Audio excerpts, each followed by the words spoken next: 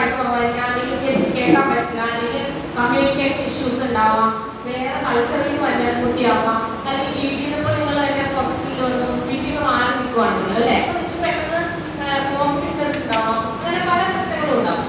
അപ്പോൾ ഈ കുട്ടികളെ എല്ലാവരെയും നമ്മൾ എന്ത് ചെയ്യണം?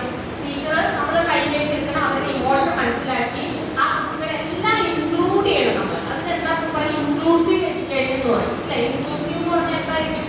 ഡൈവേഴ്സ് ബാക്ക്ഗ്രൗണ്ടിൽ നിന്നുള്ള എല്ലാ കുട്ടികളെയും ഇൻക്ലൂഡ് ചെയ്ത് പഠിപ്പിക്കുക ടീച്ചർ പഠിക്കണം.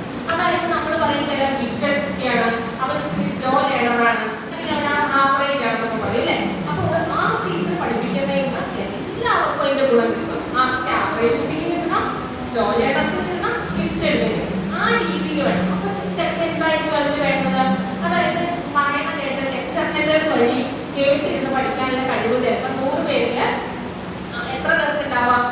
ചിലപ്പോൾ കുറച്ചൊരു 25 പേർക്ക് ഉണ്ടാവുന്നതായിരിക്കും അല്ലേ. ചിലപ്പോൾ ഓഡിയോയും വീഡിയോയും കൂടെ കമ്പൈൻ ചെയ്താൽ അത് കുറച്ചുകൂടെ കൂടും. അതായത് നമ്മുടെ സെൻസ് ഓർഗൻ, എത്ര സെൻസ് ഓർഗൻ നമുക്ക് 5 ആ 5 യൂട്ടിലൈസ് ചെയ്ത് നമ്മൾ പഠിക്കുകയാണ്. അപ്പോൾ മൾട്ടി സെൻസറി അപ്രോച്ച് എന്ന് പറയും. അപ്പൊ അതായത് തൊട്ട് നോക്കി പഠിക്കാൻ പറ്റുക അല്ലേ. അതിനാണ് നമ്മൾ എന്ത് ചെയ്യുക? പുറത്തേക്ക് കൊണ്ടുപോയി അവരെ ഗാർഡനിൽ കൊണ്ടുപോയി പ്ലാന്റിനെ പറ്റി പഠിപ്പിക്കുന്നു, ഫ്ലവേഴ്സിനെ പറ്റി പഠിക്കുന്നു. അവർക്ക് ടച്ച് കൂടെ ചെയ്യാം, സ്മെല്ല് ചെയ്യുന്നു. അവര് ചില സമയത്ത് നമ്മൾ അത് എന്ത് ചെയ്യാം? അവരെ ടേസ്റ്റ് ചെയ്യാം. അങ്ങനെ എല്ലാ സെൻസ് ഓർഗനും വച്ചാണ് അവർ പഠിക്കണമെങ്കിലോ അത് കുറച്ചുകൂടെ എഫക്റ്റീവായിട്ട് തീരും. അതേപോലെ തന്നെ നിങ്ങൾക്കറിയാം, നിങ്ങളുടെ ക്ലാസ്സിൽ തന്നെ ഭയങ്കര ബ്രൈറ്റ് ആയിട്ടുള്ള കുട്ടികളുണ്ടാവും അല്ലേ. എങ്ങനെ ബ്രൈറ്റ് എന്ന് നമ്മൾ പറയുന്നത്? അവരുടെ IQ ലെവല്, ഇന്റലിജൻസ് വളരെ കൂടുതലാണ് നമ്മൾ പറയും അല്ലേ. ഈ IQ ലെവൽ കൂടിയ ആളുകളായിരിക്കും നല്ല ടീച്ചർ. പറയാൻ പറ്റുമോ നമുക്കങ്ങനെ? IQ ലെവൽ കൂടിയ ആളുകൾ എന്തായിരിക്കും? ചിലപ്പോൾ സബ്ജക്ട് നോളജ് ഉണ്ടാവും, അവർ പഠിച്ച് മാർക്ക് കിട്ടിയിട്ടുണ്ടാവും, അതുണ്ടാവും IQ ലെവൽ. അപ്പൊ ഈ അതിനെ നമുക്ക് ഇന്റലിജൻസ് നമ്മൾ പറയുകയാണെങ്കിൽ ഇന്റലിജൻസിനെ തന്നെ നമുക്ക് പലതായിട്ട് തിരിക്കും. ആ ടൈപ്പ് ഇന്റലിജൻസ്, അതായത് ഓർത്തിരിക്കാം, മെമ്മറി, നമ്മൾ നോളജ് അക്വയർ ചെയ്യുക. ആ അക്വയർ ചെയ്യുന്ന നോളജ് നമ്മൾ എവിടെ സ്റ്റോർ ചെയ്യും? നമ്മുടെ ബ്രെയിനിൽ സ്റ്റോർ ചെയ്യും. അത് കഴിഞ്ഞിട്ടോ നമുക്ക് എപ്പോഴാണ് അത് ആവശ്യമുള്ളത് അപ്പൊ നമ്മളത് റിട്രീവ് ചെയ്തെടുക്കും അല്ലേ. നമ്മളൊരു ഫോർമുല പഠിച്ചു, ഒരു മാത്തമാറ്റിക്കൽ പ്രോബ്ലം ചെയ്യാൻ പറയുന്നു, അപ്പൊ അത് റിട്രീവ് ചെയ്തെടുത്തിട്ട് നമ്മൾ അവിടെ അപ്ലൈ ചെയ്യും അല്ലേ. അങ്ങനെ നമ്മൾ റിട്രീവ് ചെയ്യുക, അപ്ലൈ ചെയ്യുക, ഒരു പ്രോബ്ലം സോൾവ് ചെയ്യുക. ഇങ്ങനെയെല്ലാം ചെയ്യുന്നത് എന്തുപയോഗിച്ച്? ആ ഒരു ഇന്റലിജൻസിനെ നമുക്ക് എന്ത് പറയാൻ അറിയോ? കോഗ്നിറ്റീവ് ഇന്റലിജൻസ് എന്ന് പറയും. അപ്പൊ ഈ കോഗ്നിഷൻ എന്നുള്ളൊരു വാക്ക് പുതിയൊരു വാക്കാണ്. ഈ ഇപ്പൊ ഞാൻ എടുക്കാൻ പോണ ഈ ടീച്ചർ എഫക്റ്റീവ്നെസ് എന്നുള്ള ടോപ്പിക് ആക്ച്വലി നിങ്ങളുടെ സൈക്കോളജിക്കൽ ഒരു പാർട്ട് തന്നെയാണ്. ഞാനത് പഠിപ്പിക്കുന്നുണ്ട് നിങ്ങളെ. അപ്പൊ ഇതിപ്പോ ടീച്ചർ എഫക്റ്റീവ്നെസ്സുമായിട്ട് റിലേറ്റ് ചെയ്ത് നമ്മളിപ്പോ ഈ ക്ലാസ്സിൽ പറയുന്നതേ ഉള്ളൂ. അപ്പൊ അതായത് അപ്പൊ ഇങ്ങനെയൊക്കെ ചെയ്യാൻ കഴിയുക നമുക്ക്. അക്വയർ ചെയ്യുന്ന നോളജിനെ തിരിച്ചെടുക്കുക, അത് യൂട്ടിലൈസ് ചെയ്യാൻ പറ്റുക. ഇതിനെയൊക്കെ കൂട്ടി നമ്മൾ എന്ത് പറയും? കോഗ്നിറ്റീവ് എബിലിറ്റീസ് എന്ന് പറയും. അപ്പൊ കോഗ്നിഷൻ എന്ന് പറഞ്ഞാൽ എന്താ? മെന്റൽ, ഷോർട്ടായിട്ട് പറയുകയാണെങ്കിൽ മെന്റൽ പ്രോസസ് ആണ് പറയുന്നത്. അപ്പൊ ചെറിയൊരു കുട്ടി ആദ്യം 1 വയസ്സാവുമ്പോൾ അവൻ കുറേശ്ശെ പഠിക്കുന്നു. അത് കഴിഞ്ഞിട്ട് ഒരു കാക്ക കിച്ചന്റെ സൈഡിൽ പറഞ്ഞു കൊണ്ടിരിക്കുകയെന്ന് വിചാരിക്കും. അപ്പൊ നമ്മുടെ അമ്മയോ അല്ലെങ്കിൽ അവന്റെ സിബ്ലിങ്ങോ ആരെങ്കിലും അവനെന്ത് പറഞ്ഞു കൊടുക്കും? കാക്ക കാക്കാന്ന് പറഞ്ഞു കൊടുക്കും അല്ലെ. അപ്പൊ അന്ന് അവൻ പഠിക്കും. അപ്പൊ നോക്കുമ്പോ അവൻ എന്താ മനസ്സിലാകും? പറന്നു പോകണ്ട്. അപ്പൊ ഒരു കാക്കയാണ് മനസ്സിലായത്. അതിനുശേഷം കുറച്ച് നാൾ കഴിഞ്ഞു അവൻ മിറ്റത്തൊക്കെ ഇറങ്ങി ഒരു തത്ത വന്നു. അപ്പോഴാദ്യം പറയും കാക്ക കാക്കാന്ന് പറയും അല്ലേ. നിങ്ങൾക്ക് പിള്ളേരുള്ളവർക്ക് അറിയാം കാക്കാന്ന് പറയും. എന്താ കാര്യം? അപ്പൊ നമ്മൾ ആ അടുത്ത് നിൽക്കണമല്ലോ മറ്റേ ആരെങ്കിലും പറഞ്ഞു കൊടുക്കും, പോലെ അത് കാക്കയല്ല, അത് തത്തയാ. എന്താ കാര്യം? കണ്ടോ അതിന്റെ കളർ കണ്ടോ? പച്ചയല്ലേ, അതിന്റെ ചുണ്ടിലെ ചുമന്നിരിക്കുന്നു. അപ്പൊ അതുകൊണ്ട് എന്താണ്? തത്തയാണ്.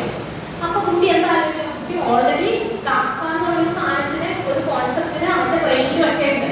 പറന്നു പോണ ഒരു സാധനം എന്നൊരു. അപ്പൊ അവന് പക്ഷി എന്ന് പറഞ്ഞാൽ കാക്കയാണ് ആദ്യം വേണ്ടത്. അപ്പൊ പക്ഷി എന്നുള്ള കോൺസെപ്റ്റ് അവന് അറിയില്ല. ഓക്കെ.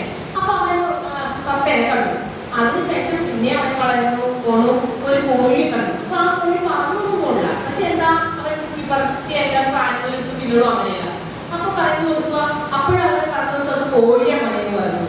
അപ്പൊ പല തരത്തിലുള്ള ബേർഡ്സിന് ഓരോ ദിവസവും അല്ലെങ്കിൽ ഓരോ മാസങ്ങളായിട്ട് അവൻ കാണുന്നുണ്ട്. കുറെ കിളികൾ കണ്ടു, ഓരോരോ പേര് പറഞ്ഞു കൊടുക്കും.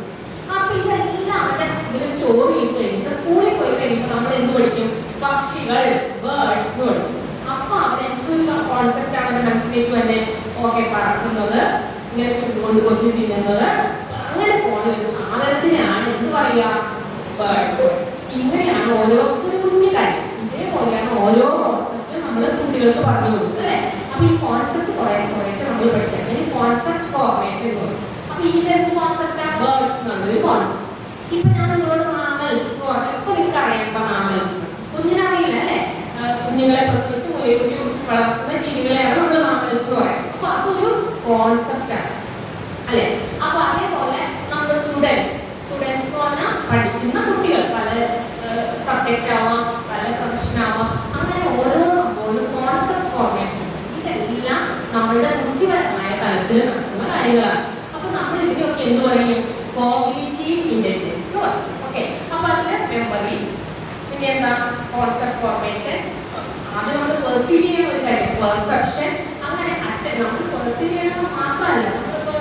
നമ്മളിപ്പോൾ നിങ്ങൾ കോളേജിലേക്ക് വരും, വഴിയിൽ വെച്ച് ചില ആളുകൾ വഴിയിൽ നിന്ന് രാജു പോലെ പേര് വെച്ച് രാജു ഇവിടെ നോക്കുന്ന പറഞ്ഞ് വിളിക്കട്ടോ.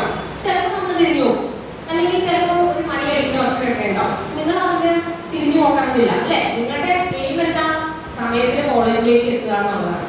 അപ്പൊ അതായത് നമ്മുടെ ചെവിയിൽ ആ സൗണ്ട് വീണു, അതായത് നമ്മുടെ ചെവി കേട്ടു. ഇതിന്റെ അർത്ഥം എന്താ, സെൻസേഷൻ അവിടെ നടക്കും. സെൻസേഷൻ എന്ന് പറഞ്ഞാൽ സെൻസറി ഓർഗൻ, ഈ സൗണ്ടോ കാഴ്ചയോ പ്രകാശോ അങ്ങനത്തെ എല്ലാ എന്തോ സാധനം നമ്മുടെ മേത്ത് തട്ടി. പക്ഷെ നമ്മൾ അതിലേക്ക് എന്ത് കൊടുത്തില്ല, അറ്റൻഷൻ കൊടുത്തില്ല അല്ലെ. നമ്മൾ ഒരു സാധനത്തെ കണ്ടു, അല്ലെങ്കിൽ ഞാൻ കൂടെ സംസാരിക്കുന്നു, നിങ്ങളത് കേൾക്കണ്ട്, അപ്പൊ നിങ്ങൾ അത് അറ്റൻഷൻ കൊടുക്കുന്നുണ്ട് അല്ലെ. ആ അറ്റൻഷൻ കൊടുക്കുമ്പോഴാണ് നിങ്ങൾ എന്ത് ചെയ്യണേ, ഈ ടീച്ചർ എന്താ പറയുന്നത് നിങ്ങൾ ആലോചിക്കണേ. അപ്പൊ എന്താ ചെയ്യണേ, ആദ്യം നടക്കുന്നത് എന്താ, സെൻസേഷൻ, അതിനുശേഷം അറ്റൻഷൻ, അതിലേക്ക് മാത്രം കോൺസെൻട്രേറ്റ് ചെയ്യുക, അറ്റൻഷൻ, അതിനുശേഷം പെർസെപ്ഷൻ, പെർസീവ് ചെയ്യുക നമ്മുടെ മനസ്സിലേക്ക്. ഇതിനു മുമ്പ് ഞാൻ ഇങ്ങനത്തെ എന്തെങ്കിലും കേട്ടിരുന്നോ, ഒരാൾ അയ്യോ അയ്യോ എന്ന് പറഞ്ഞ് കഴിയാം. അപ്പൊ നമ്മള് വെറുതെ വിളിക്കണേക്കായി നമ്മൾ അവിടെ നോക്കും. എന്താ കാര്യം, പണ്ട് അയ്യോ എന്ന് ആരും പറഞ്ഞപ്പോൾ നിങ്ങൾക്ക് അറിയാം, ഒരു ഡിഫിക്കൽട്ട് സിറ്റുവേഷനിൽ ഹെൽപ്പിന് വേണ്ടിയായിരുന്നു അത് കരഞ്ഞത്. അപ്പൊ നമ്മൾ അവിടെ അറ്റൻറ്റീവ് ആവും അല്ലെ. അപ്പൊ നമുക്ക് നമ്മളുടെ മുമ്പുള്ള കാര്യങ്ങളൊക്കെ ആലോചിച്ചിട്ട് നമ്മൾ അതിനെ പെർസീവ് ചെയ്യും. നമുക്ക് വേണോ വേണ്ട ഒരു ഉള്ളിലേക്ക് ഇടണം. ഈ പെർസെപ്ഷൻ എന്ന് പറഞ്ഞാൽ മൂന്നാമത്തെ സ്റ്റെപ്പ്. അപ്പൊ നമ്മൾ ഓരോ പുതിയ കാര്യങ്ങൾ പഠിക്കുമ്പോൾ ഈ പെർസെപ്ഷൻ കഴിഞ്ഞിട്ടാണ് എന്തുണ്ടാവുക, കോൺസെപ്റ്റ് ഫോർമേഷൻ ഉണ്ടാവുക.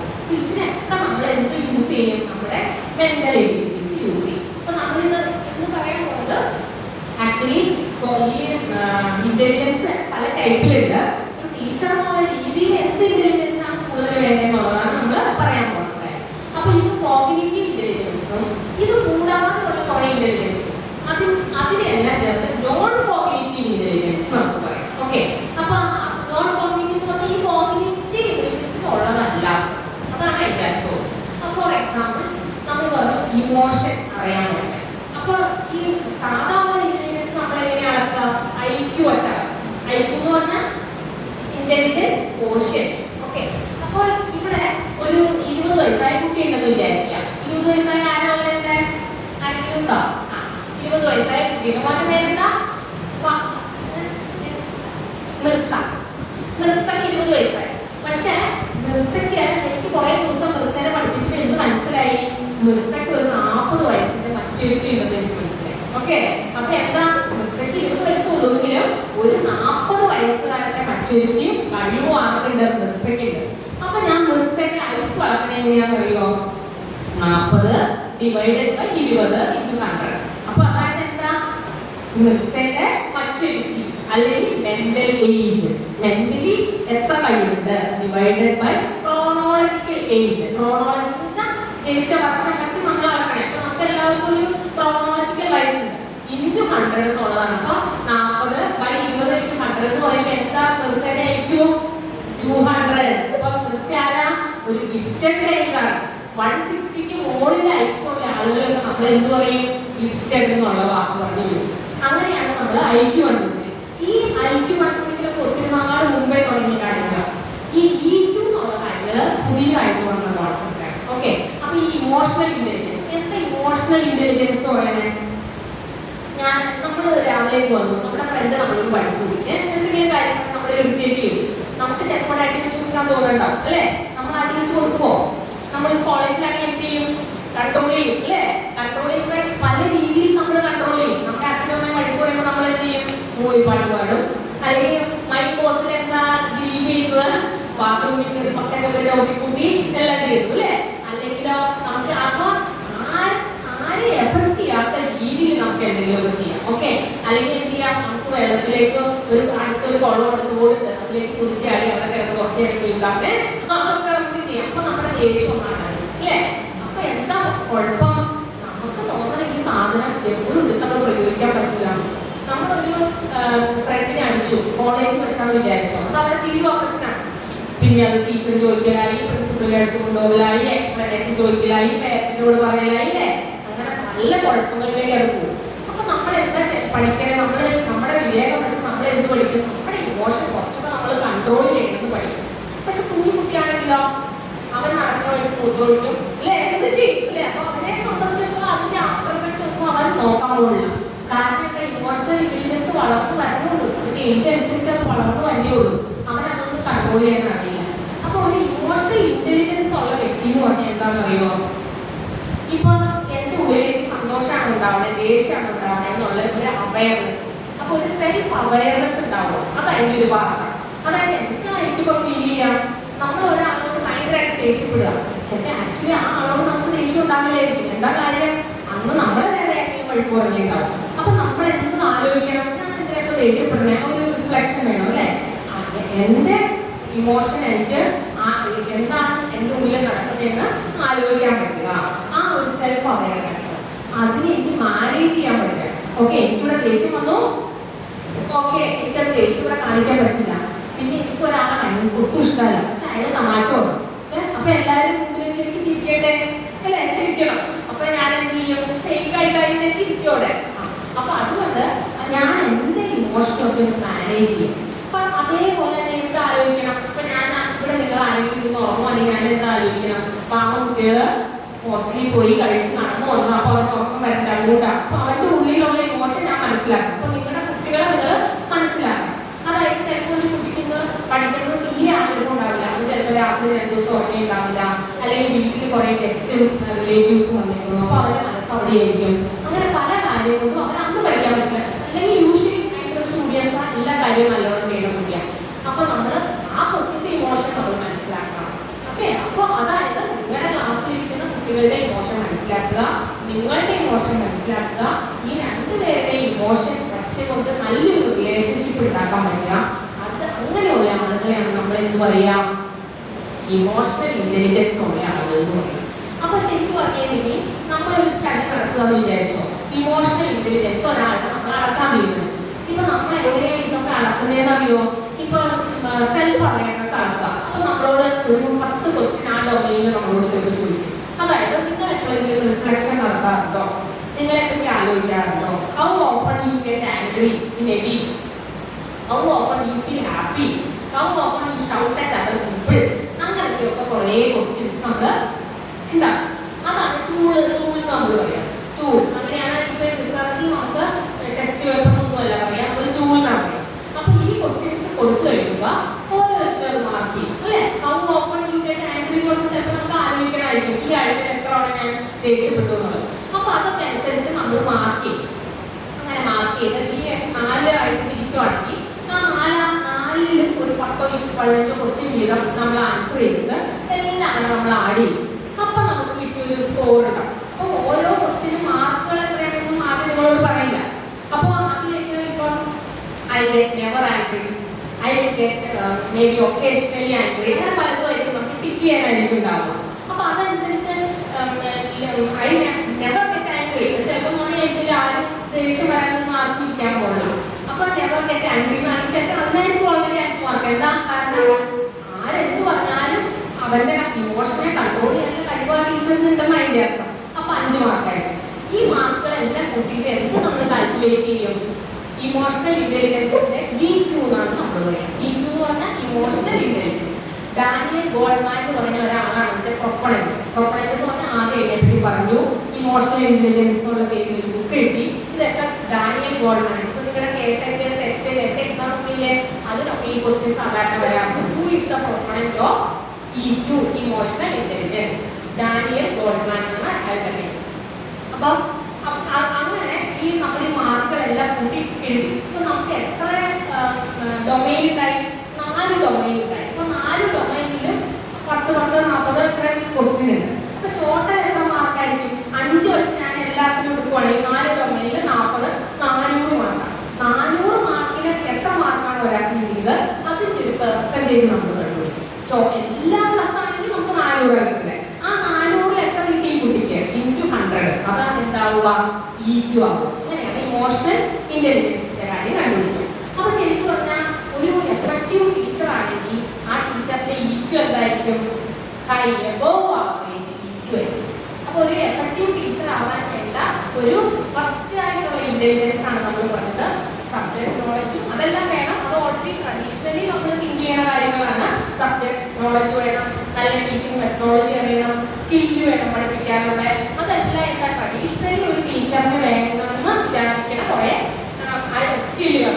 അപ്പൊ നമ്മൾ അഡീഷണലി റീസെന്റ് നമ്മുടെ ഇന്ത്യൻ നോളജ് സിസ്റ്റം ഒക്കെ നമ്മൾ NEP 2020 കേട്ടോ, നാഷണൽ എഡ്യൂക്കേഷൻ പോളിസി 2020 ഒരു പോളിസി നിലവിൽ വന്നു. ആ പോളിസി നിലവിൽ വന്നാലും അതനുസരിച്ച് കരിക്കുലം ഉണ്ടാക്കിയിട്ടില്ല നമ്മൾ, അതനുസരിച്ച് ടെക്സ്റ്റ് ബുക്ക് നമ്മൾ ഉണ്ടാക്കിയിട്ടില്ല. അങ്ങനെ പല കാര്യങ്ങളും ഈ ഇതിലേക്ക് ആഡ് ചെയ്തു വരാം. അപ്പൊ അതിൽ പറയേണ്ടത് ഇന്ത്യൻ നോളജ് സിസ്റ്റം അതിൽ ആഡ് ചെയ്തെന്ന് പറയുന്നത്. അപ്പൊ അത് ശരിക്കും ഇന്ത്യൻ നോളജ് സിസ്റ്റം എന്ന് പറഞ്ഞാൽ നമ്മളുടെ ഇതിൽ മെഡിക്കൽ ഫീൽഡിലായാലും അഗ്രികൾച്ചർ ഫീൽഡിലായാലും പല പല കാര്യങ്ങൾ പണ്ട് കാലത്ത് ചെയ്തത് നല്ല കാര്യങ്ങൾ നമ്മളിപ്പം പ്രാവർത്തികമാക്കാത്തത്. അതെന്തുകൊണ്ടാണ്? പോയ ജനറേഷൻ അത് കറക്റ്റായിട്ട് നമ്മുടെ ജനറേഷനിലേക്ക് പാസ് ഓൺ ചെയ്തില്ല. അപ്പൊ ഇതെല്ലാം പാസ് ഓൺ ചെയ്തിട്ടുള്ള ഒരു കരിക്കുലാണ് നമുക്ക് വേണ്ടതെന്നുള്ളതാണ് NEP 2020 എല്ലാം പറയുന്നത്. അപ്പൊ ഈ NEP 2020 ഇതനുസരിച്ച് ഒരു കുട്ടിയുടെ എന്തിനാ നമ്മൾ കോളേജിൽ പോണത്? ഓൾറൗണ്ട് ഡെവലപ്മെന്റ് ഓഫ് പേഴ്സണാലിറ്റി വേണ്ടി. അതായത് ഒരു അറിവ് മാത്രം വളർന്നു, അവന് സ്കില്ല് മാത്രം കിട്ടി, ഒരു ജോലി സമ്പാദിച്ചു, അവന് ജോലിയുടെ പൈസ കിട്ടി, അവൻ നല്ലോണം ജീവിച്ചു എന്നുള്ളതല്ല. ഓൾറൗണ്ട് ഡെവലപ്മെന്റ്, അവൻ സൊസൈറ്റിക്ക് ഗുണമുള്ള ഒരു നല്ല ബെറ്റർ പേഴ്സൺ ആവാൻ വേണ്ടിയുള്ളത് വേണമെന്നുള്ളതാണ് അറിയാം. അപ്പൊ അങ്ങനെയുള്ള ഒരു കുട്ടികളെ വാർത്തെടുക്കണമെങ്കിൽ എന്താ നമ്മൾ വേണ്ടേ? നമ്മൾ കുട്ടികളിലും ഈ ഇമോഷണൽ ഇന്റലിജൻസ് എല്ലാം ഇൻസ്റ്റിൽ ചെയ്യാൻ പറ്റണം. അപ്പൊ നമ്മൾ ടീച്ചർ എന്നുള്ള രീതിയിൽ ക്ലാസ്സിൽ എങ്ങനെയാണ് നമുക്ക് ഇമോഷണൽ ഇന്റലിജൻസ് കുട്ടികളിൽ വളർത്തി കൊണ്ടുവരാൻ പറ്റുക അല്ലേ? പല മെത്തേഡുകൾ ഉപയോഗിച്ച് നമുക്ക് പറ്റും. അപ്പൊ ഓൾറെഡി ടീച്ചറിനതുണ്ടോ? അപ്പൊ നമ്മളത് റിസർച്ച് ഒക്കെ ചെയ്യുമ്പോൾ നമ്മളത് അളക്കുക. ഈ പ്രൈമറി സ്കൂൾ ടീച്ചേഴ്സ് ഇപ്പൊ ചിലപ്പോൾ നമ്മുടെ കേരളത്തിൽ ഒരു 4000-ഓളം പ്രൈമറി സ്കൂൾ ടീച്ചേഴ്സ് ഏകദേശം ഉണ്ടാവും. അപ്പൊ നമ്മൾ ആ ടീച്ചേഴ്സിന്റെ പല പാർട്ടികൾ, അതായത് ട്രിവാൻഡ്രം, കൊല്ലം, പിന്നെ മിഡിൽ കേരള, കൊച്ചിൻ, മലപ്പുറം, കണ്ണൂർ, അങ്ങനെ പല സ്ഥലത്തുനിന്നും ഒരു മേബി ഒരു ബ്ലോക്കിലെ എല്ലാ സ്കൂളുകളും നമ്മൾ സെലക്ട് ചെയ്ത് ടീച്ചേഴ്സിലേക്ക് നമ്മൾ ഈ ടൂൾ കൊടുത്ത് നമ്മൾ അവരുടെ EQ അളക്കുന്നു. അപ്പൊ നമുക്ക് മനസ്സിലാവും EQ ലെവൽ എങ്ങനെയാണ്. ആ EQ ലെവലും ആ സ്കൂളിലെ എഫക്റ്റീവ്നെസ് ഓഫ് ടീച്ചിങ്, അല്ലെങ്കിൽ ആ കുട്ടികളുടെ കഴിവ് ഏത് രീതിയിലാണ് അതിന് പുറത്തു വന്ന കുട്ടികളെ എവിടെയാണ് എത്തിച്ചേരുന്നത്. അപ്പൊ ആ കുട്ടികളുടെ എഫക്റ്റീവ്നെസ്സും അവരുടെ മാർക്കും കാര്യങ്ങളെല്ലാം താരതമ്യം ചെയ്തിട്ട് ഈ EQ ടീച്ചർ എഫക്റ്റീവ്നെസ്സും തമ്മിൽ എന്തെങ്കിലും ബന്ധമുണ്ടോ എന്നുള്ള പഠനങ്ങൾ നടത്തും. അപ്പൊ ആ പഠനം നടത്തുമ്പോൾ എന്ത് മനസ്സിലായി? നമുക്ക് EQ കൂടുതലുള്ള ടീച്ചേഴ്സ് പഠിക്കുന്ന കുട്ടികളിൽ ടീച്ചിങ് എന്തായി? മോർ എഫക്റ്റീവ് ആയി നമ്മൾ കണ്ടുപിടിച്ചു. അപ്പൊ നമുക്ക് അങ്ങനത്തെ EQ. ഇനി വേറൊരു ഇന്റലിജൻസ് ആണ് സോഷ്യൽ ഇന്റലിജൻസ്. അപ്പൊ EQ എന്താണെന്ന് മനസ്സിലാക്കാം. അതായത് നമ്മുടെ ഇമോഷനെ കൺട്രോൾ ചെയ്യണം, അതേപോലെ തന്നെ കുട്ടികളിലൊക്കെ കൺട്രോൾ ചെയ്യാൻ പഠിപ്പിക്കണം. അപ്പൊ ചെറിയ കുട്ടി ഇപ്പൊ ക്ലാസ്സിൽ വരുമ്പോൾ നമ്മൾ പറഞ്ഞു അവനെ അടിക്കാൻ തോന്നി അടിക്കാൻ സാധനം എടുത്ത് എറിയാൻ തോന്നി ചെയ്യാം. അപ്പൊ നിങ്ങൾ സാധാരണ ഹൈസ്കൂളിനെയാണ് കൺട്രോൾ ചെയ്യുന്നത്. പക്ഷെ പ്രൈമറി സ്കൂളിലാവുമ്പോൾ നമുക്ക് ഇതെല്ലാം കാണാൻ പറ്റും അല്ലേ? അപ്പൊ ഓരോ കാര്യങ്ങൾ ചെയ്യുമ്പോൾ ടീച്ചർ എന്ത് പറയുന്നത്? ഇങ്ങനെ ചെയ്യരുത്, ഇങ്ങനെ ചെയ്യരുത്, അങ്ങനെ ഓരോന്നും ചെയ്യരുത്, അത് ചെയ്യാൻ പറ്റുന്നത്, ഇത് ചെയ്യാൻ പറ്റില്ലാത്തത്, ഇതാണ് എല്ലാവരും എന്താ പറയാ വെൽക്കം ചെയ്യുന്ന രീതി ഇതാണ്. അങ്ങനെ ഓരോ രീതിയിൽ നമ്മൾ പഠിക്കുകയാണ്. ഇപ്പൊ നമ്മൾ നേരത്തെ പോലെ ടീച്ചർ പറയുന്ന കുട്ടി പഠിക്കുകയല്ലാതെ പ്രോജക്റ്റ് മെത്തേഡ് വഴി കുഞ്ഞുകുട്ടികളെ എല്ലാം ആക്ടിവിറ്റി മെത്തേഡ് വഴിയൊക്കെ നമ്മൾ പഠിപ്പിക്കാനുള്ള പല മെത്തഡോളജി യൂസ് ചെയ്യും. അപ്പൊ യൂസ് ചെയ്യുമ്പോൾ നമുക്ക് എന്ത് പറയാം? ആ കുട്ടികൾ തമ്മിലുള്ള ഒരു ഇന്ററാക്ഷൻ അല്ലെ? നമ്മൾ പറയാം ഷെയർ ചെയ്യണം, ഷെയറിങ് കെയറിങ് വേണം അല്ലെ? അപ്പൊ ഗ്രൂപ്പായിട്ട് ചെയ്യുമ്പോൾ എന്ത് വെച്ചു? ഓരോരുത്തർക്കും ഡിവിഷൻ ഓഫ് ലേബർ ഉണ്ട്, ഓരോരുത്തരും അവരവരുടെ റെസ്പോൺസിബിലിറ്റി ചെയ്യണം. അപ്പൊ ഇതെല്ലാ കാര്യങ്ങളും കുട്ടി പഠിക്കുകയാണ്. ടീച്ചറായിട്ട് വെറുതെ പഠിപ്പിച്ചിട്ട് കുട്ടി അത് ബൈപാട്ട് ചെയ്ത് പഠിക്കുമ്പോൾ അതൊന്നും വരുന്നില്ല. ഡിഫറെന്റ് ടീച്ചിങ് മെത്തേഡ് ഉപയോഗിക്കുന്നത് വഴി നമുക്ക് ഇങ്ങനെയുള്ള ക്വാളിറ്റീസ് ഒക്കെ കുട്ടികളിൽ ഇൻസ്റ്റിൽ ചെയ്യാനായിട്ട് സാധിക്കും. പിന്നെ നമുക്ക് എന്ത് ചെയ്യാൻ പറ്റും, ഒരു നല്ലൊരു ആക്ട് ചെയ്യുന്ന കുട്ടി, അതായത് എന്തെങ്കിലും ഒരു കുട്ടി കരയായി ഈ ശരിക്കും പറഞ്ഞാൽ എമ്പതി എന്ന് പറഞ്ഞാൽ എമ്പതി സിമ്പതി ഉണ്ട്, എമ്പതി ഉണ്ട് അല്ലേ. നമ്മൾ ആക്ച്വലി പോണ വഴിയിൽ ഒരു പിശകാരനെ കണ്ട് നമ്മൾ പൈസ കൊടുക്കും, നമുക്ക് ചിലപ്പോൾ അതിനോട് സിമ്പതി തോന്നിയിട്ടായിരിക്കും അല്ലേ. എമ്പതി എന്ന് പറഞ്ഞാൽ എന്താണെന്ന് അറിയാം, നമ്മൾ ആ സ്ഥാനത്ത് നിന്നുകൊണ്ട് ആലോചിച്ച് നമുക്ക് ചെയ്യാൻ പറ്റും. അതായത് എന്താ പറയാ, ഒരു കുട്ടി തറയിൽ വീണു, ഓക്കെ, എല്ലാവരും വേഗം ചിരിക്കും, നമ്മൾ സാധാരണ എങ്ങനെയാണ്. അപ്പൊ നമ്മൾ എന്താ ആലോചിക്കുക, നമ്മൾ ആ സ്ഥാനത്താണെങ്കിൽ എന്ന് ആലോചിച്ചിട്ട് അവരെ ഹെൽപ്പ് ചെയ്യാൻ പറ്റും. അപ്പൊ അതായത് മേ ബി ഒരു കുട്ടിക്ക് എന്തെങ്കിലും ഒരു പ്രശ്നമുണ്ട്, അപ്പൊ അവന് നടക്കാനുള്ള ബുദ്ധിമുട്ടുണ്ട്. അപ്പൊ ഓക്കെ, നമ്മളെല്ലാവരും നിങ്ങളുടെ സീനിയറിൽ ഒരു കുട്ടി ഉണ്ട്, ആ ലോകം എന്ന് പറഞ്ഞു, കാരണം സെർട്ടൻ പൾസുണ്ട്, അപ്പൊ അവന് മൂവ് ചെയ്യാനൊക്കെ ബുദ്ധിമുട്ടാണ്. അപ്പൊ ശരിക്കും പറഞ്ഞിട്ടുണ്ടെങ്കിൽ നമ്മൾ ക്ലാസ് ചെയ്യുമ്പോൾ ചിലപ്പോൾ അതിനെപ്പറ്റി ആരും ആലോചിക്കില്ല, നമ്മൾ എന്ത് ചെയ്യും, എല്ലാവരും ഒറ്റ പോകും. ചില സമയത്ത് ആലോകം മാത്രമാണ് അവിടെ ഇരിക്കണമെങ്കിൽ അപ്പൊ ചിലപ്പോൾ ഒന്നോ രണ്ടോ പേര് മാത്രം എന്താ ആലോചിക്കും, ആലോകം പോയി അവരെ പോകാൻ ഹെൽപ്പ് വേണമല്ലോ എന്ന് വിചാരിച്ചു വരും അല്ലേ. അപ്പൊ അങ്ങനെ അതേപോലെ കുഞ്ഞു ക്ലാസ്സിലെ കുട്ടികൾ ചിലർ അങ്ങനെ ചെയ്യണവരുണ്ടാവും. അങ്ങനെയുള്ള കുട്ടികളെ നമ്മൾ എന്ത് ചെയ്യണം, എൻകറേജ് ചെയ്യണം. മേ ബി ഒരു പാറ്റിംഗ് ആയിരിക്കാം, അല്ലെങ്കിൽ അങ്ങനെ എന്തെങ്കിലും ചെറിയൊരു ചോക്ലേറ്റ്, ചെറിയ ക്ലാസ് ആകുമ്പോൾ ചോക്ലേറ്റ് ഒക്കെ അവർക്ക് വലിയ കാര്യമായിരിക്കും. അങ്ങനെ നമ്മൾ അവരെ റെക്കഗ്നൈസ് ചെയ്യും, റീഇൻഫോഴ്സ് ചെയ്യും. അങ്ങനെയൊക്കെ നമുക്ക് കുട്ടികളുടെ ഈ എംപതി, ഇമോഷണൽ ഇന്റലിജൻസ് ഉണ്ടാക്കിയെടുക്കാനായിട്ട് പറ്റും. ഇനി അടുത്തൊരു ഇന്റലിജൻസ് ആണ് സോഷ്യൽ ഇന്റലിജൻസ്. നമ്മളെല്ലാവരും ചിലർ കുറച്ച് ഇൻട്രോവേർട്ടാണ്, ഉൾവലിഞ്ഞവരായിരിക്കും, അങ്ങനെ എല്ലാവർക്കും അങ്ങനെ കയറി വിടുന്നതായൊന്നും എനിക്ക് പറ്റില്ല എന്ന് ചിലപ്പോൾ തോന്നാറില്ല. ചിലരെങ്ങനെയാ, അറിയില്ലാത്ത ആളെ കണ്ടാലും ശരി നമ്മള് അവരോട് സംസാരിക്കും. ഫോർ എക്സാമ്പിൾ ഇപ്പൊ നമ്മുടെ കേരളത്തിലൊക്കെ അല്ലെങ്കിൽ ഇന്ത്യയിൽ തന്നെ നമ്മൾ ഓരോരുത്തരെ പാസ് ചെയ്യുമ്പോൾ കണ്ടു, നമ്മൾ സാധാരണ ചിരിക്കൊന്നുമില്ല അല്ലേ. നമ്മൾ അവരെ അങ്ങനെ മൈൻഡില്ല, അറിയാത്തവരാണെങ്കിൽ നമ്മൾ മൈൻഡ് ചെയ്യുക, അറിയാവുന്നവരാണെങ്കിൽ നമ്മൾ ആ മണിക്കൂർ കുറെ നാളായിട്ട് കണ്ടിട്ട് നമുക്ക് കിട്ടും. അതായത് നമ്മൾ അവരെ വിഷയമില്ല, നമ്മളൊരു ഗുഡ് മോർണിംഗും പറയില്ല, ഒന്നും ചെയ്യില്ല അല്ലേ. അതാണ് നമ്മുടെ ഒരു പണ്ടേ മുതൽ നമ്മൾ അങ്ങനെ ഒരു കൾച്ചർ. പിന്നെ നമ്മൾ വിചാരിക്കാം അറിയാത്തവരോട് പെടുന്ന ദോഷമാണെന്ന് വിചാരിക്കാം. പക്ഷെ പുറത്തൊന്നും അങ്ങനെയല്ല, ആര് കണ്ടാലും രാവിലെ കണ്ടാൽ ആ ഗുഡ് മോർണിംഗ്, ആ ഹലോ ഹൗ ആർ യു, ആരുമല്ല നമുക്കറിയില്ല അല്ലേ.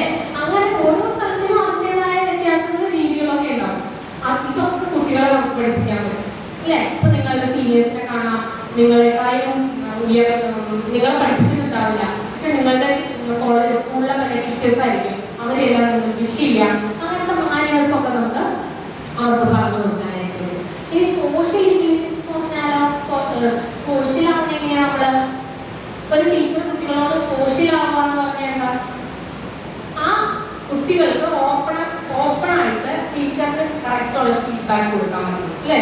ഇപ്പൊ ഒരു തകരാറായിട്ട് നിങ്ങൾ ആരും കുട്ടികളുടെ അടുത്ത് പോകാൻ പാടില്ല. അപ്പൊ ഒരു ദിവസം ചിലപ്പോൾ നിങ്ങൾ പഠിപ്പിക്കണേ ആ കോൺസെപ്റ്റ് കുട്ടിക്ക് മനസ്സിലായില്ല എന്ന് വിചാരിക്കും. ടീച്ചർ പറഞ്ഞിരിക്കൊന്നും മനസ്സിലായില്ലാത്തത് പറയാനുള്ള ഒരു കുട്ടിയുടെ അവർക്ക് വേണം അല്ലേ. അല്ലെങ്കിൽ പേടിച്ച് അവരിക്കണമെങ്കിലോ ഒന്നും മനസ്സിലായില്ല, അതിന്റെ കണ്ടിന്യൂഷൻ അടുത്ത ദിവസം അതും മനസ്സിലായില്ല. അപ്പൊ ഈ മനസ്സിലാവാത്ത ഇങ്ങനെ പോകും. അപ്പൊ എന്ത് പറ്റും, ആ ടീച്ചർ എന്തായിരിക്കും വിചാരിക്കുന്നത്, ചിലപ്പോൾ നമ്മൾക്ക് മൈൻഡിൽ നിന്നും അവരുടെ ബോഡി ലാംഗ്വേജിൽ നിന്നും മുഖത്തിന്റെ എക്സ്പ്രഷനിൽ ഒക്കെ കുറെ മനസ്സിലാക്കാൻ പറ്റും. നമുക്ക് മനസ്സിലായോ, അവർക്ക് മതിയായോ ബോറടിച്ചോ ഒക്കെ തോന്നും. അപ്പൊ വലിയ പിള്ളേരാകുമ്പോൾ ചിലപ്പോൾ ബോറടിച്ചു തോന്നിയാലും നമുക്ക് നിർത്താൻ പറ്റില്ല. പക്ഷെ ചെറിയ ക്ലാസ്സിലാകുമ്പോൾ അതനുസരിച്ചുള്ള കണ്ടന്റ് ഉള്ളൂ, അവർക്കത് പറ്റണില്ല, അവർ നല്ല രീതിയിൽ പ്രിപ്പയർ ചെയ്ത് ടീച്ചർ ഒന്ന് മനസ്സിലാക്കിയെടുക്കണം. അപ്പൊ അതേപോലെ നമ്മളുടെ ക്യൂസ് എന്ന് പറയുന്നത് പേഴ്സണൽ ക്യൂസ്, CUES ഇംഗ്ലീഷ് ആർക്കൊക്കെ അറിയായിരിക്കും. ക്യൂസ് എന്ന് പറഞ്ഞാൽ എന്താ, ഒരു എന്താ പറയാ, language and non language cues. Language cues എന്താ, അവനെ മനസ്സിലായോ ഞാൻ പറഞ്ഞെന്ന് ചോദിക്കുമ്പോ ആ ടീച്ചറെ മനസ്സിലായി, ചിലപ്പോൾ അല്ലെങ്കിൽ ഇല്ലാമായിരിക്കാം, അത് ലാംഗ്വേജ് വഴി ആ കൊച്ചു പറഞ്ഞ ഒരു ഫീഡ്ബാക്ക്. നോൺ ലാംഗ്വേജ് ക്യൂസ് എന്ന് പറഞ്ഞാൽ ഫേഷ്യൽ എക്സ്പ്രഷനിൽ മനസ്സിലാവാത്ത പോലെ ഒരാളിരിക്കണമെങ്കിൽ നമുക്ക് മനസ്സിലാവില്ലേ, അതൊക്കെ റീഡ് ചെയ്യാനുള്ള ഒരു കഴിവ്. അത് എന്താണ്, സോഷ്യൽ ഇന്റലിജൻസിന്റെ ഒരു പാർട്ടാണ്. പിന്നെയോ ഇന്റർപേഴ്സണൽ റിലേഷൻഷിപ്പ് അല്ലെങ്കിൽ ഗ്രൂപ്പ് ഡൈനാമിക്സ് ഹാൻഡിൽ ചെയ്യാൻ പറ്റും. ഗ്രൂപ്പ് ഡൈനാമിക്സ് എങ്ങനെ ഹാൻഡിൽ ചെയ്യാൻ പറ്റുക, അതായത് ഒരു ക്ലാസ് എന്താണ്, ഒരു ഗ്രൂപ്പാണ്. ഗ്രൂപ്പ് എന്ന് പറഞ്ഞാൽ എന്താ, ആക്ച്വലി നമ്പർ ഓഫ് പീപ്പിൾ, അവർക്ക് എന്തുണ്ടാവും, ഒരു കോമൺ ഗോൾ ഉണ്ടാവും അല്ലെ. അപ്പൊ നിങ്ങളുടെ എല്ലാവരുടെയും കോമൺ ഗോൾ എന്താ, B.Ed പഠിച്ച് നല്ലൊരു ടീച്ചർ ആവുക എന്നുള്ളത് കോമൺ ഗോൾ. അപ്പൊ ഈ B.Ed സ്റ്റുഡൻസ് ഒരു ഗ്രൂപ്പാണ് അല്ലേ. പിന്നെ നിങ്ങൾക്ക് ഇംഗ്ലീഷ് ക്ലാസ്സിൽ പോകുമ്പോഴോ നിങ്ങൾക്ക് ഇംഗ്ലീഷ് ടീച്ചർ ആവട്ടെ, ആ ഇംഗ്ലീഷ് ക്ലാസ്സിലെ പിള്ളേര് അല്ലെങ്കിൽ സോഷ്യൽ സയൻസിലെ പിള്ളേര് അവർ ഒരു ഗ്രൂപ്പാണ് അല്ലെ. ഗ്രൂപ്പ് ഡൈനാമിക്സ്, അതായത് നമ്മളെ ഗ്രൂപ്പ് ഹാൻഡിൽ ചെയ്യാൻ പറ്റും. എങ്ങനെ ഗ്രൂപ്പ് ഹാൻഡിൽ ചെയ്യാൻ പറ്റുക? ഒരു ഗ്രൂപ്പിൽ ആരുണ്ടാവും? പല തരത്തിലുള്ളവരുണ്ടാവും, പല ബാക്ക്ഗ്രൗണ്ടിൽ വന്നവരുണ്ടാവും, പല കഴിവുകളുള്ളവരുണ്ടാവും. ആ ഗ്രൂപ്പിനെ ഹാൻഡിൽ ചെയ്യാൻ പറ്റും. ഈ 3 കാര്യങ്ങളുണ്ടെങ്കിൽ നമ്മൾ എന്ത് പറയും? ആ ടീച്ചർ നല്ലൊരു സോഷ്യൽ ഇന്റലിജൻസ് ഉള്ള ടീച്ചറാണ്. അപ്പോൾ ഒരു എല്ലാവരെയും ഡൈവേഴ്സ് ബാക്ക്ഗ്രൗണ്ടിൽ വന്ന ആളുകളെ ഹാൻഡിൽ ചെയ്യാൻ പറ്റുന്ന ടീച്ചറാണെങ്കിൽ അതായിരിക്കും കുട്ടികൾക്ക് ഇഷ്ടം അല്ലേ. ഇപ്പൊ നോക്കാം, ട്രൈബൽ സ്റ്റുഡൻസ് പഠിക്കും. ഇപ്പൊ ഒരിക്കലും ട്രൈബിനെ കണ്ടിട്ടില്ല, അവരുടെ ബാക്ക്ഗ്രൗണ്ട് അറിയില്ല, അങ്ങനെ ഒരു ടീച്ചർ ആ ക്ലാസ്സിൽ വന്നെങ്കിൽ ആ കുട്ടിക്ക് ഒരിക്കലും ആ ടീച്ചറിനെ ഉൾക്കൊള്ളാനായിട്ട് പറ്റില്ല. അതുകൊണ്ട് യൂഷ്വലി ട്രൈബൽ ഏരിയയിലൊക്കെ ട്രൈബൽ ഏരിയയിൽ തന്നെ പഠിച്ചു വന്നിട്ടുള്ള ടീച്ചേഴ്സിനെ ഏറ്റവും കൂടുതലായിട്ട് കിട്ടുക. അതെന്താ കാര്യം? ഇപ്പൊ വേറൊരു അർബൻ ഏരിയയിൽ ജനിച്ചു വളർന്ന ട്രൈബ്സിനെ കണ്ടിട്ടില്ല, അവരുടെ ഷോർട്ട് കമിങ്സ് അറിയില്ല, അവരുടെ പ്രശ്നങ്ങൾ അറിയില്ലാത്ത ഒരു ടീച്ചർ ആ കുട്ടിയെ പഠിപ്പിച്ച നമുക്കൊന്നും അറിയണ്ടാവില്ല. അവന്റെ ബേസിക് നീഡ് പോലും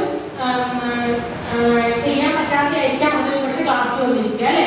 നമ്മുടെ ബേസിക് നീഡ് ആയിട്ടുള്ള കാര്യങ്ങൾ ചെയ്തു കഴിഞ്ഞതിന് ശേഷം നമുക്ക് ഈ പഠിപ്പിലേക്കൊക്കെ പോകാൻ പറ്റുള്ളൂ. അപ്പൊ ശരിക്കും പറഞ്ഞിട്ടുണ്ടെങ്കിൽ അവന്റെ ബാക്ക്ഗ്രൗണ്ട് മനസ്സിലാക്കാൻ പറ്റും. പിന്നെ ഒരു സോഷ്യൽ ഇന്റലിജൻസ് ഉള്ള ടീച്ചർ ചെയ്ത ഒരു കാര്യം എന്താ? നിങ്ങളുടെ കുട്ടികൾ 30 പേരുണ്ട്, അവരെങ്ങനെയാണ് അവരുടെ വർക്ക് പ്രോഗ്രസ് ചെയ്യുന്നതെന്നുള്ള ഫീഡ്ബാക്ക് നിങ്ങൾ ആർക്കായിരിക്കും കൊടുക്കേണ്ടത്? അവരുടെ പേരൻസിന് കൊടുക്കണ്ടേ? അതിനുള്ള പേരന്റ് ടീച്ചർ മീറ്റിംഗ് ഒക്കെ എങ്ങനെയാണ്? അപ്പൊ പേരൻസുമായിട്ട് ഒരു കോർഡിയൽ റിലേഷൻഷിപ്പ് വെക്കണം അല്ലെ. പല പേരൻസും പല ടൈപ്പായിരിക്കും, പല രീതിയായിരിക്കും, പല ബാക്ക്ഗ്രൗണ്ടിലും വന്നതായിരിക്കും.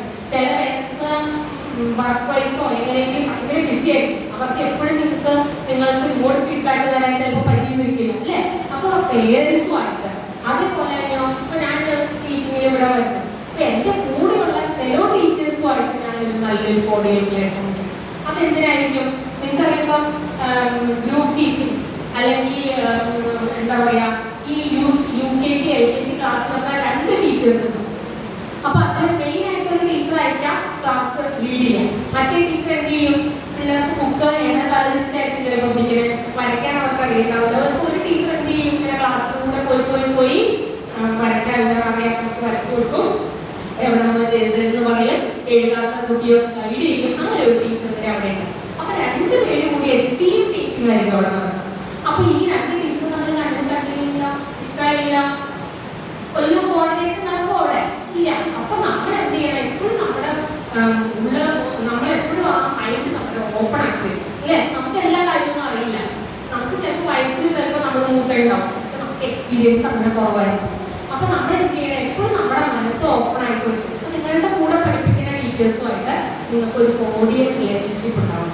അതും ഏത് ടീച്ചറിനാണെങ്കിൽ ഒരു സോഷ്യൽ ഇന്റലിജൻസ് ഉള്ള ടീച്ചറിനാവുള്ളൂ. അപ്പൊ ഇമോഷണൽ ഇന്റലിജൻസ് നമ്മൾ പറഞ്ഞു, സോഷ്യൽ ഇന്റലിജൻസ് ഉള്ള ഈ കുട്ടിക്ക് എങ്ങനെ ഇതുകൊണ്ട് ഗുണമുണ്ടാവുക?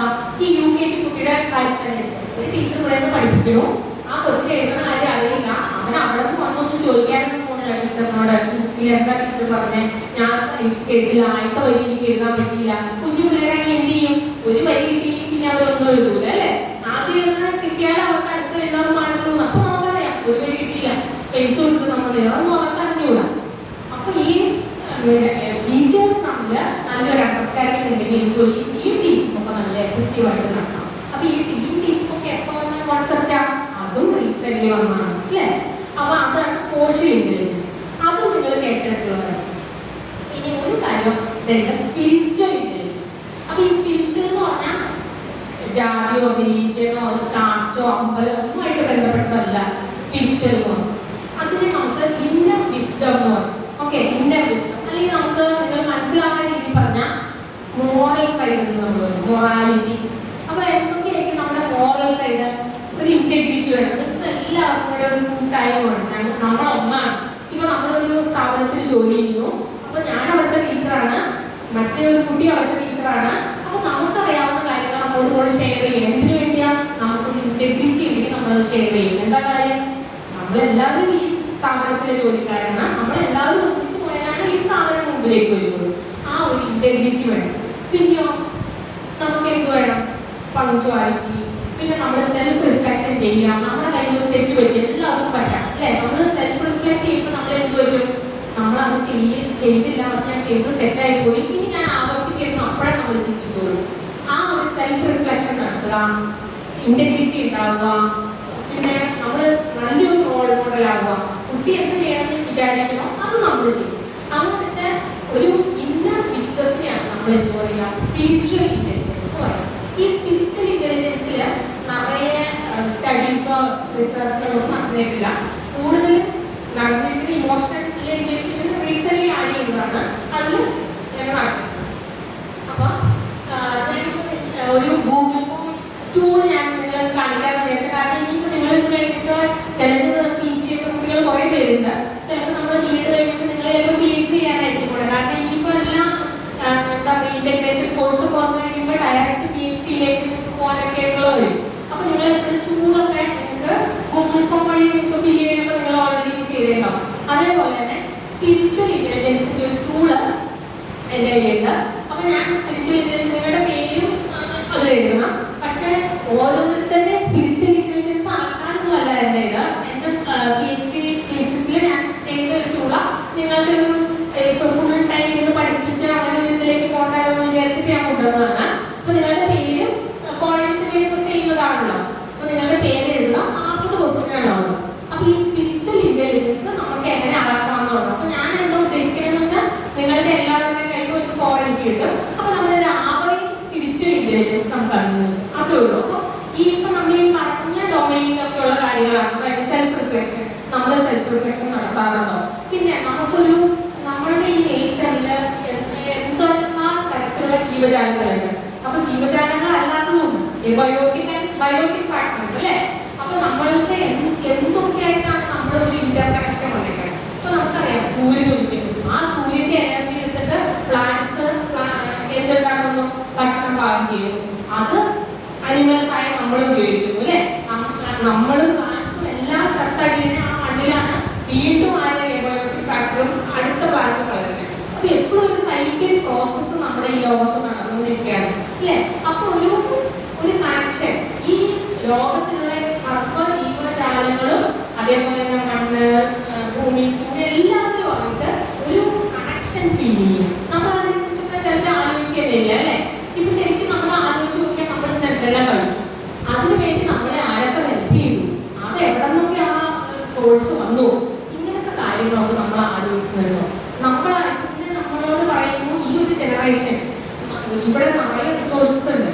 ആ റിസോഴ്സസ് ഈ ജനറേഷൻ യൂസ് ചെയ്തിട്ട് എന്ത് ചെയ്യണം, നമുക്ക് ആവശ്യമുള്ളത് മാത്രം കൊടുക്കുക.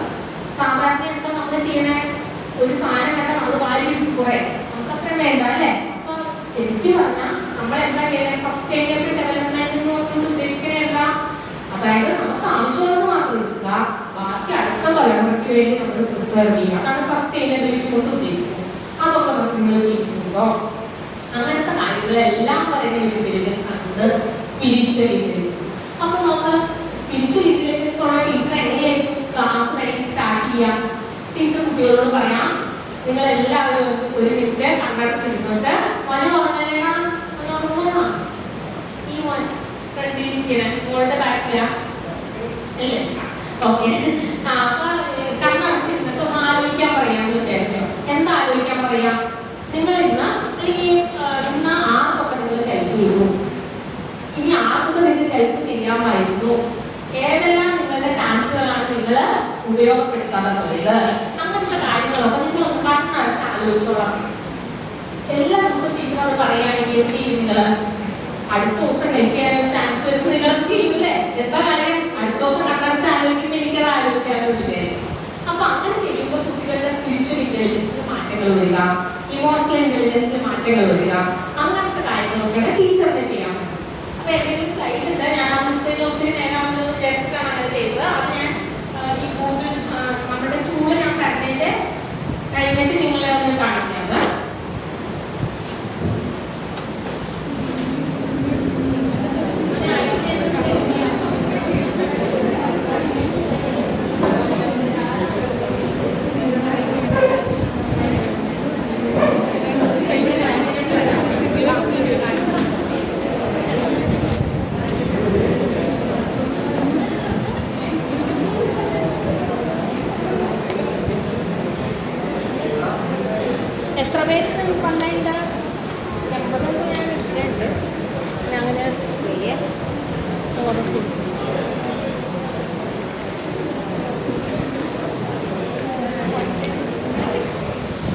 കേട്ടോ.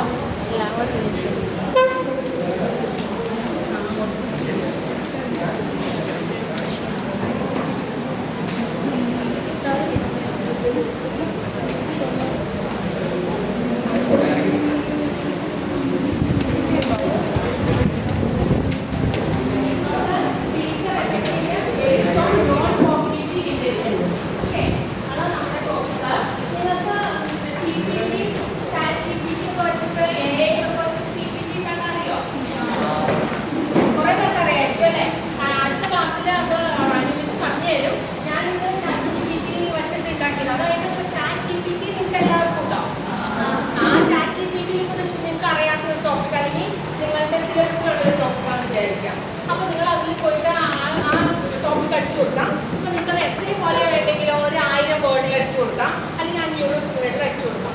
അതിനുശേഷം നമുക്ക് അതുകൊണ്ട് തന്നെ ഗാമ എ എന്ന് പറഞ്ഞൊരു സാധനം, അത് ആർക്കൊക്കെയുണ്ട്? ഗാമ എ അല്ലേ? അതൊക്കെ ഞാൻ ഒരു ദിവസം അടുപ്പിച്ച് പറഞ്ഞുതരാം. അപ്പോൾ നിങ്ങൾ സ്കൂളിലേക്ക് പോകുമ്പോഴേക്കും നിങ്ങൾക്ക് അങ്ങനെ PPT ഈസി ആയിട്ട് ഉണ്ടാക്കാൻ പറ്റും. ഓക്കെ, പണ്ടൊക്കെ നമുക്കൊരു PPT ഉണ്ടാക്കി ടൈപ്പ് ചെയ്ത് ഒരു ദിവസം 2 ദിവസം എടുക്കും.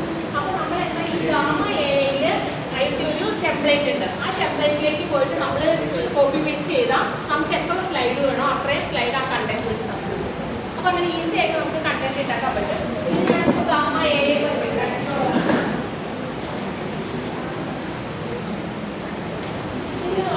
ട്രഡീഷണലി നമ്മൾ എന്തിനാണ് ഫോക്കസ് ചെയ്യുന്നത്? IQയിൽ സബ്ജക്ട് നോളജിലാണ്. മോഡേണായിട്ട് എന്തൊക്കെയാണ്? All round development of the പേഴ്സണാലിറ്റിയാണ്. ഓക്കെ, എന്ന് പറയാമല്ലേ? അപ്പോൾ നോക്കാം, ഇതിൽ നിങ്ങളുടെ പേഴ്സണൽ ഇൻഫർമേഷനിലെ നെയിം, ജെൻഡർ, കാറ്റഗറി നിങ്ങൾ B.Ed ആണ്, അത് എഴുതിക്കോ. B.Ed name of the school Adi Shankara, government aided, unaided അത്ര എഴുതാമല്ലോ.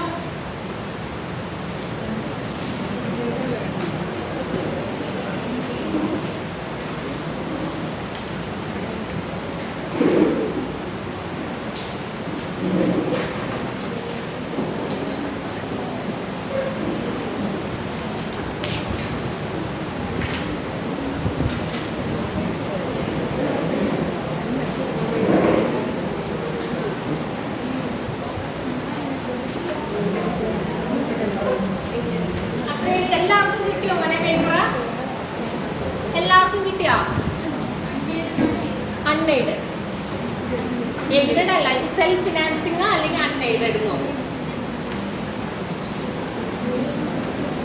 എന്തിരിക്കണ എല്ലാവർക്കും കിട്ടിയോ?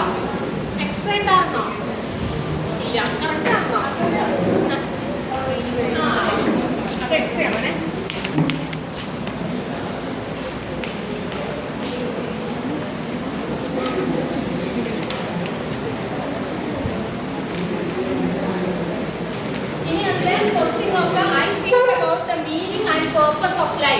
ഞാൻ എന്തിനാ ജീവിക്കണേ, എനിക്ക് എന്താ എൻ്റെ ലൈഫ് കൊണ്ട് എന്താ ഉദ്ദേശിക്കണേ എന്നൊക്കെ നിങ്ങൾ ആലോചിക്കാറുണ്ടോ? അത് നിങ്ങൾ ടിക്ക് ചെയ്തോ? ഇനി ഞാൻ വായിച്ചു തരട്ടെ.